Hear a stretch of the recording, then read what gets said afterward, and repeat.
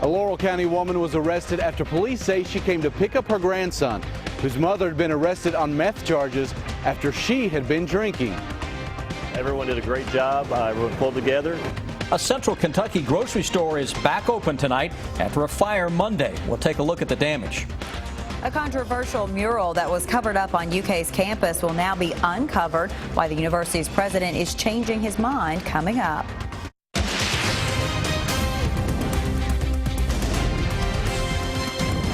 WKYT News starts now with breaking news.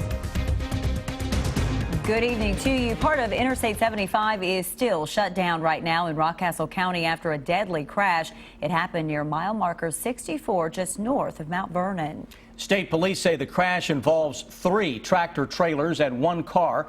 Troopers tell us that 1 person is dead and another person was airlifted to UK hospital. Their names have not yet been released.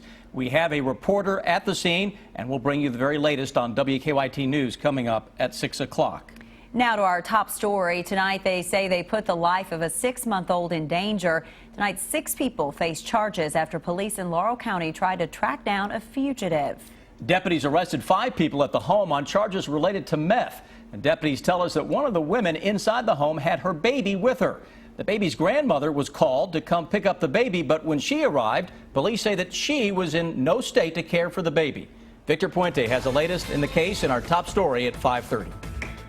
Laurel County Sheriff's deputies tell me that when they got to this home, they found a lot more than the fugitive they were looking for. Laurel County Sheriff's deputies were searching for 53-year-old Timothy Fields when they came to this home on McWhirter Road. And he had made the statement to his acquaintances, I'm not going to be taken alive, I'm going to kill any law enforcement officers that try to arrest me. They say when they found Fields, he came peacefully, but had 71 grams of crystal meth on him. The man who owned that home, 52-year-old Billy Fouts, was also arrested after a struggle. Police say he also had meth and a warrant out for his arrest. 2 women at the home, 34-year-old Joyce Nance and 23-year-old Tiffany Johnson, were also arrested and charged with possession. Police found Johnson's 6-month-old son in the home, so she's also been charged with wanton endangerment. They say while they were making those arrests, 50-year-old Johnny Turner came to the home. They found Xanax, oxycodone, and a glass pipe on him. As the group was being booked, they allowed Tiffany Johnson to call her mother to come get her son. Well, she called her mother, and her mother consumed 6 beers before she came to the sheriff's office and was expecting to leave with her grandchild under the influence. 58-year-old Donna Johnson was charged with DUI and careless driving. We've solved some problems out in that community as far as probably thefts and drug trafficking by putting these people in jail. After Donna Johnson was arrested, social services took over placement of her grandson. In Laurel County, Victor Puente, WKYT. And all 6 people will be arraigned tomorrow morning. 2 people have been indicted for some copper wire thefts along several highways. Our county-by-county coverage at 5:30 begins in Clark County. The Kentucky Transportation Cabinet says a grand jury indicted Brian Bentley and Cindy Ferguson. Both of them are from Clark County, and both are charged with theft by unlawful taking and criminal mischief. Bentley also faces 14 counts of being a persistent felony offender. Investigators say Bentley and Ferguson vandalized lighting systems at the I-64 interchanges in Bath and Carter counties, the Bluegrass Parkway in Woodford County, and on the Mountain Parkway in Clark County. They believe the 2 stole more than 34,000 feet of wire and then sold it. In Madison County, a man is in jail accused of assaulting his wife and a police officer. The incident happened around 2 this morning on Benson Drive in Richmond. Police say 28-year-old Dustin Wattenberger hit his wife during an argument, and when police arrived at the house and knocked on the door, they say he opened the door and charged at the officers. We're told he hit an officer with his hand and a roll of wrapping paper.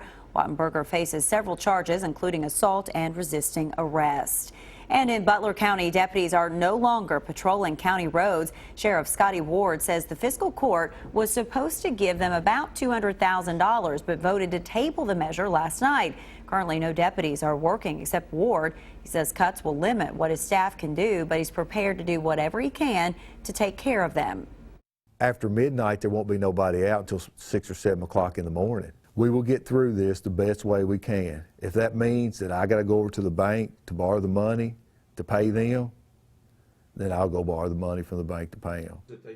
The Butler County Judge Executive says the county is dealing with a tight budget, and they have several items to consider, including funding dispatch service and an upcoming wet-dry vote.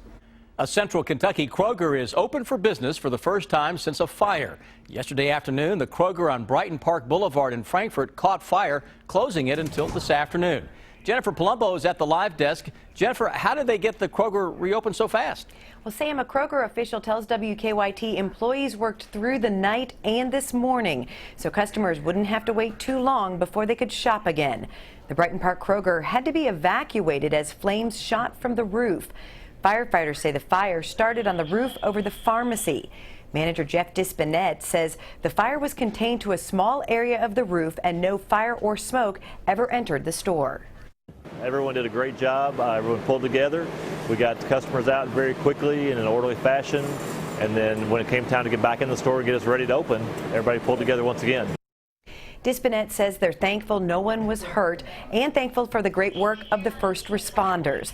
The Kroger pharmacy has a lot of water damage and is expected to be closed for several days. Customers needing prescriptions can use the other Frankfort Kroger, which is in the Franklin Square Shopping Center. At the live desk, Jennifer Palumbo, WKYT. Investigators say they don't know what caused the fire, but the building was undergoing some renovations at the time of the fire. We are tracking some more above normal temperatures moving in for us. But it is December after all, and behind those warmer temperatures, some colder air. Chief Meteorologist Chris Bailey has an early look at our forecast. Yeah, a little December taste is lurking by the end of the week. Between now and Thursday, though, that's your Wednesday, middle of the work week, and it's going to see those temperatures really take off. Today, it's all about where you live in Kentucky. Yesterday, if you were watching us, we were showing you an hour-by-hour forecast that had the clearing lifting to the north. Well, that clearing line is doing just that. Clouds still into far northern Kentucky, but a lot of clean skies now from the I-64 corridor and south, especially 60 into Corbin. Jackson, 57. Look at northern Kentucky, upper 40s, mid and upper 40s at that. Florence up toward the Covington area. Most of those thermometers, though, into southern Kentucky, 60 or better. That's what we're going to get in on as we go into the day tomorrow. Now, if you're out this evening, it's a slow drop into the 40s, and we'll kind of hold there for the better part of the evening into the overnight. But here comes a taste of wintertime. Big area of low pressure coming out of the Rocky Mountains. Mild air out ahead of it. That's a wind maker, too, coming up over the next 24 hours. Cold stuff coming in behind it, guys. Really nothing that in an ordinary December we would really highlight, but this is no ordinary December, obviously. We're going to get it a little below normal by the end of the week, and we'll show you why a few snow flurries may even try to join the December party here in just a few minutes. Chris, thank you. We are learning more tonight about why a controversial mural on the University of Kentucky campus will be uncovered. That mural, located in Memorial Hall, shows the history of Lexington, but some find the depictions of African Americans offensive. UK covered it up after officials met with concerned students last month. UK President Eli Capilouto now says the mural will not be destroyed, removed, or permanently hidden. And what people are really asking for is how we recontextualize the space so that we recognize that it is a hall for all peoples.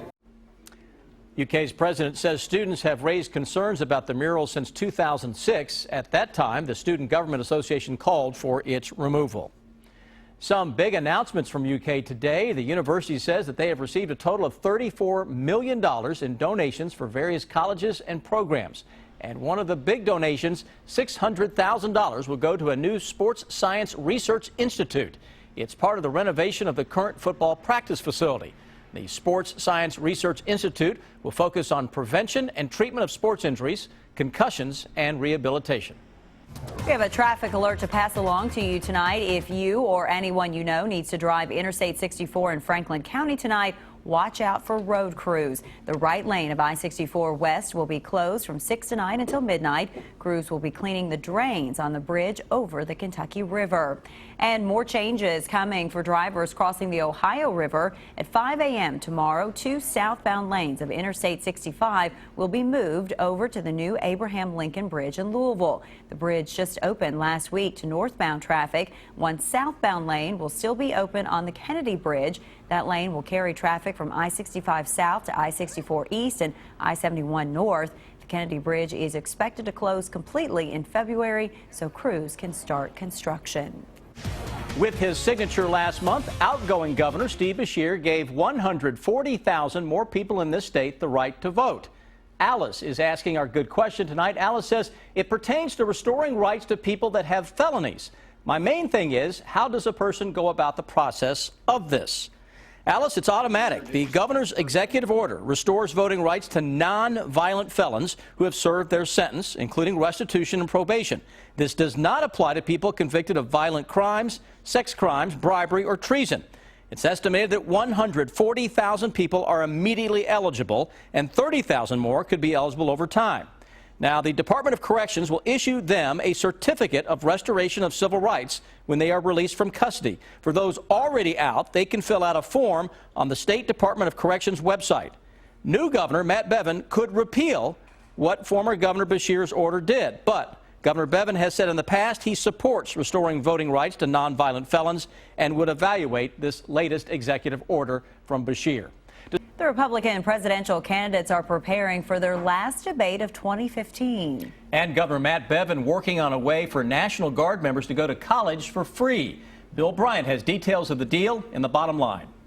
Good evening. The Republican presidential candidates are making final preparations for tonight's nationally televised debate in Las Vegas. It will be on CNN. Kentucky Senator Rand Paul will be on the main stage tonight, having narrowly made it in when the network saw some polls indicating an uptick in his support in the early caucus state of Iowa.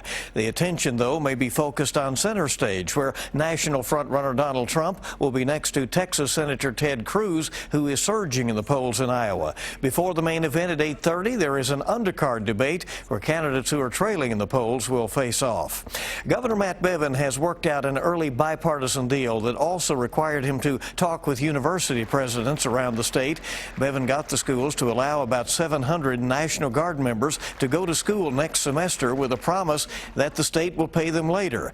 Bevin says he will work additional money into the budget for the future. Also, while addressing the State Chamber of Commerce, Kentucky.com reports Bevin said he will not try to block efforts to pass a constitutional amendment that would allow local governments to seek approval from voters for an optional sales tax for special projects.